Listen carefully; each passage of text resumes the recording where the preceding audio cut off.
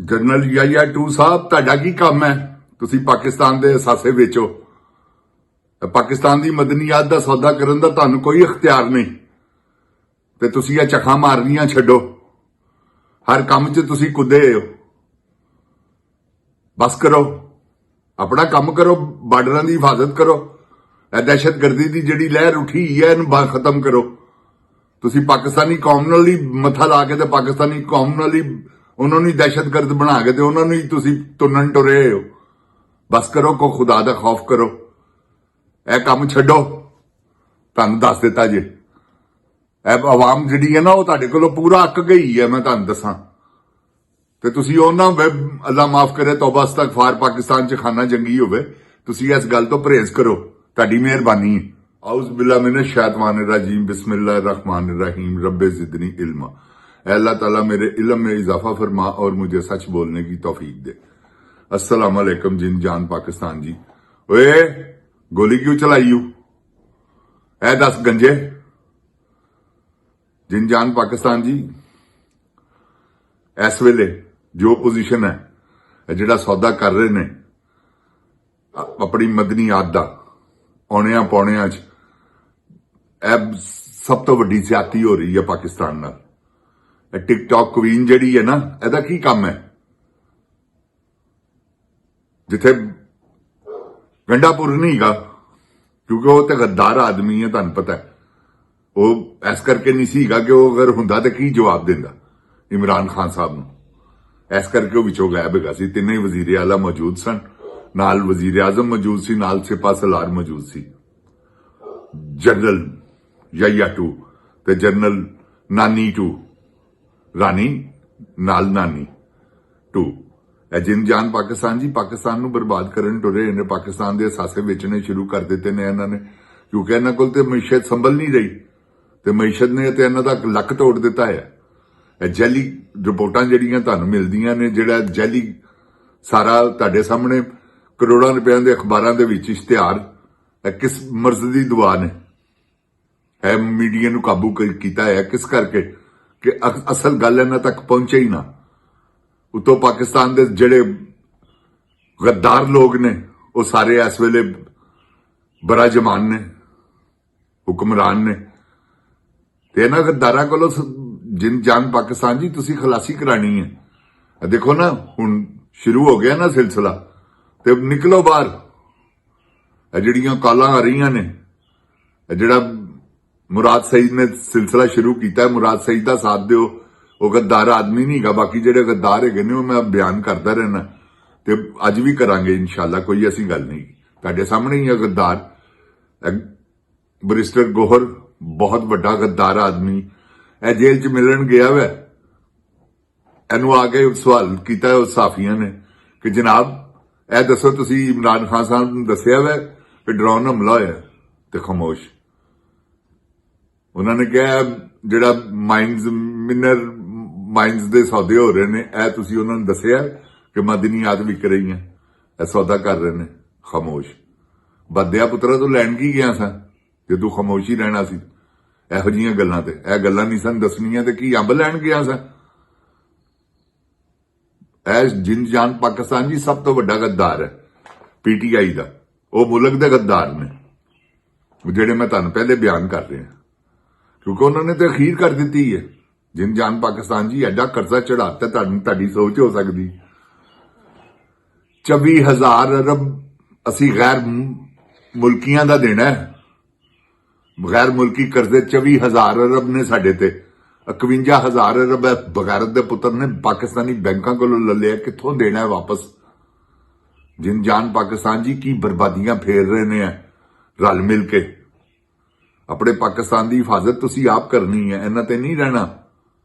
जागदे रहना है, इन्हां ते ना रहना। ऐ मैं तुहानूं दस दियां, बस बड़ी हो गई है। हुण मुराद सईद दा साथ दिओ, इंशाअल्लाह अल्लाह ताला खैर करेगा, कोई ऐसी गल नहीं।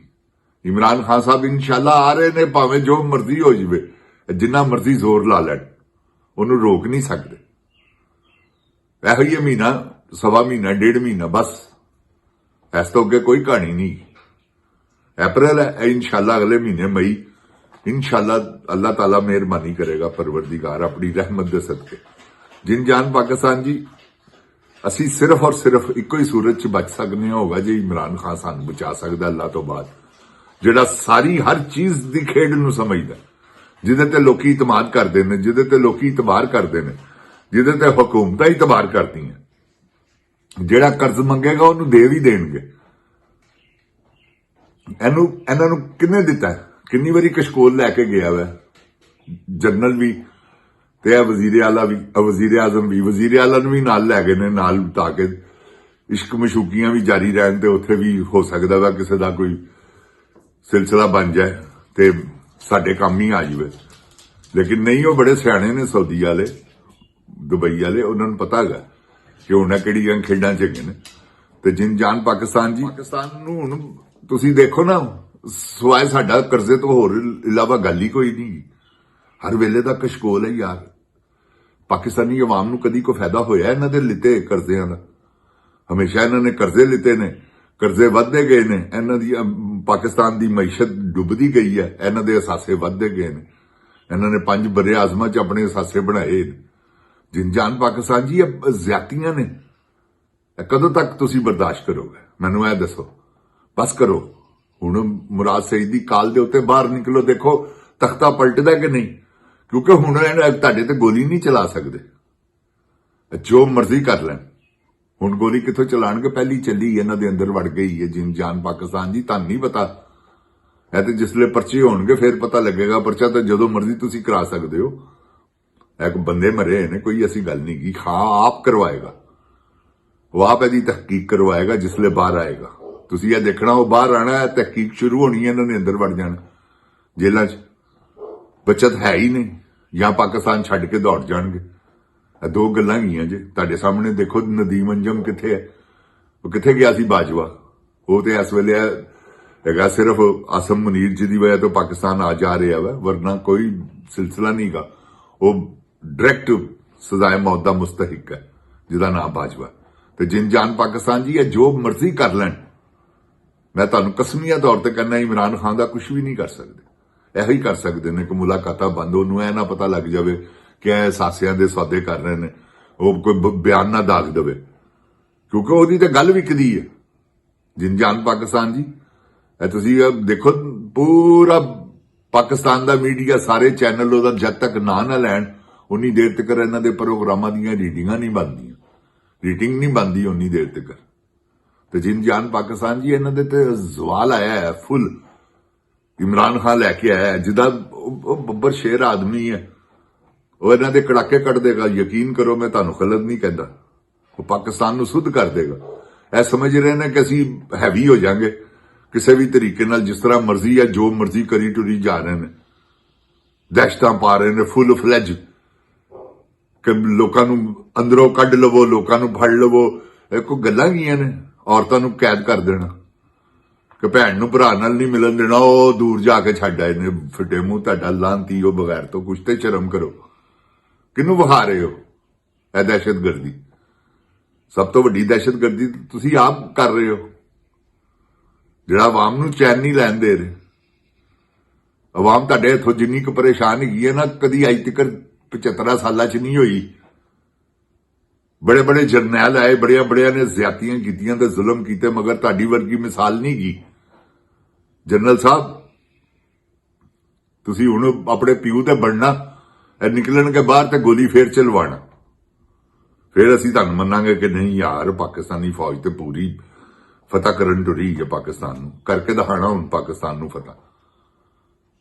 ਤੁਸੀਂ ਦੇਖੋ ਨਾ ਬਲੋਚਿਸਤਾਨ 'ਚ ਕੀ ਕੋਹਰਾਮ ਮਚਾਤਾ।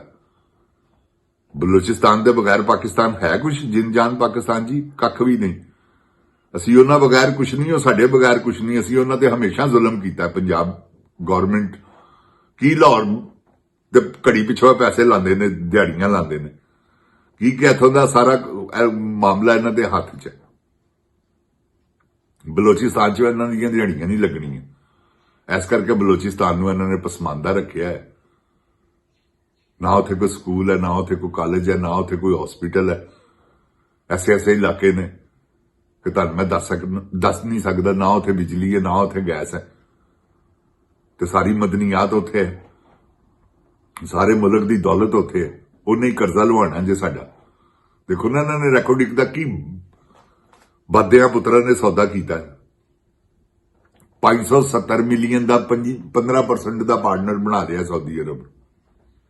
ਜਿੰਜਾਨ ਪਾਕਿਸਤਾਨ ਜੀ ਕੁਝ ਵੀ ਨਹੀਂ ਗਾ।